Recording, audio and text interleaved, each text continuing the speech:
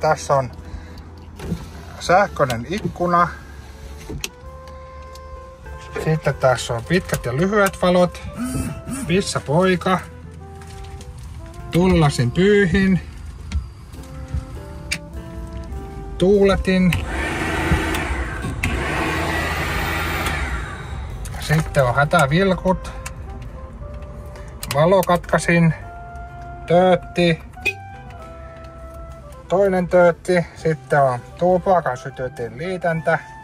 USB-liitäntä. Ja täällä on näyttö. Ja siellä näytössä lukee lataustila, matkamittari ja nopeus ja radioasema. Ja sitten täällä on takanakin hyvät tilat. Ja hieno kattoluukku, josta tulee raitista ilmaa.